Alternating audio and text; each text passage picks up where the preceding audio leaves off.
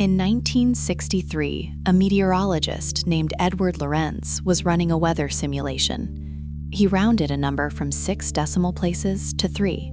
He expected a tiny difference. Instead, he got a completely different world.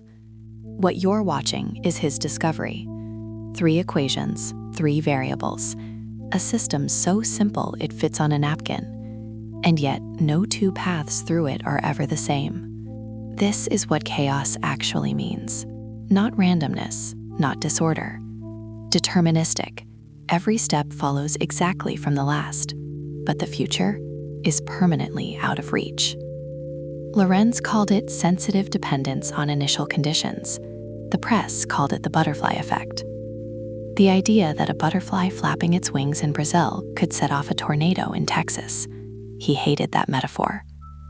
What he actually found was quieter and stranger, that the universe keeps secrets not by hiding them, but by making the distance between now and then too far to cross. The attractor has no end. It spirals, it folds back, it never repeats. This is what order looks like when it can't stop moving.